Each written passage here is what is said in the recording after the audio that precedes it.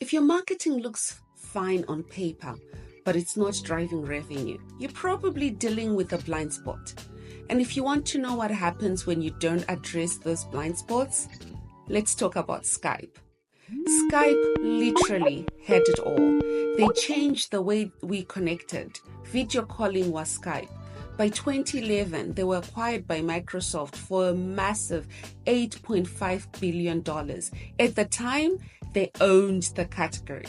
So how did a company with a 10-year head start lose the entire market? Let's break it down. The first blind spot is they thought early dominance meant long-term relevance. They owned video calling, but they didn't evolve. So instead of innovating, they integrated. After the Microsoft acquisition, Skype was bundled, not positioned, pushed into Expos, Outlook, even enterprise tools with no clear direction. Meanwhile, Zoom picked one lane, business, and they ran with it. They didn't try to be everything. They made meetings fast, frictionless, and scalable. The result? Zoom drew from 10 million to 300 million daily users in 2020. And Skype? Nowhere in that conversation. That's what happens when you assume your advantage will last forever. The second blind spot is confusing brand architecture, which can kill customer clarity. They didn't just buy Skype, they built teams. Microsoft let the two compete. I don't get it. Skype was for business, Microsoft Teams, Skype Personal, Office 365 calling, no clear narrative, no audience clarity, no strategic segmentation, and the result? People didn't know what Skype was for anymore. And when customers have to figure that out themselves, they leave.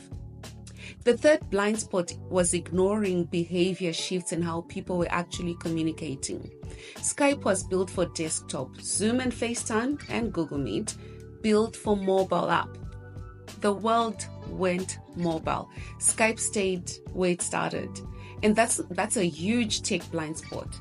They failed to anticipate how and where customers wanted to connect. Skype didn't tell a new story. They had the infrastructure, they had brand equity, but they didn't update the narrative. Zoom became the default for everything. Work, weddings, school birthdays. They didn't just sell video calls, they sold relevance, community, stability, and Skype still running on outdated user interface and hoping the market would stay loyal. It didn't. Now, about that $8.5 billion acquisition, let's call it what it was, a missed opportunity. Microsoft bought a brand with market leadership and watched it drift to irrelevance. Why? Because they didn't put strategic clarity behind the purchase. No audience focus, no brand consolidation, no marketing leadership with commercial foresight. This is what happens when you don't treat marketing as a revenue engine. And when you assume product leadership is enough, it's not. This is what Skype should have done. Pick a primary audience, own it, own a use case. That's what Zoom did. And look at them now. Simplify the brand, eliminate the confusion, and clarify the experience. They should have invested in mobile-first design, meeting where their users were, and building for where they would have wanted to take them. Delighting customers is always key. They should have relaunched with a new narrative. And here's what this means for your business. Blind spots don't always look like failure. They show up as strategy that's slightly off, funnels that look fine but leak profit, and messaging that makes sense internally but falls flat with your intended audience. If your marketing isn't moving the revenue needle, there's something in the system you're not seeing. And that's what my blind spot diagnostic system is built for, to help growth-focused businesses identify the real blockers, align marketing with business goals, and build strategies that scale, not stall. Skype had the head start. They had the money. They had the tech, but they didn't have clarity, and they did not align themselves with what the market wanted. They missed all the market signals and they paid for it. Will you?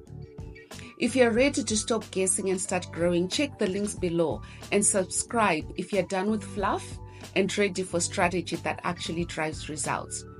The most disappointing and saddening event out of all this was Microsoft earlier on in the year announcing that Skype would be retired in May this year. What a tragedy.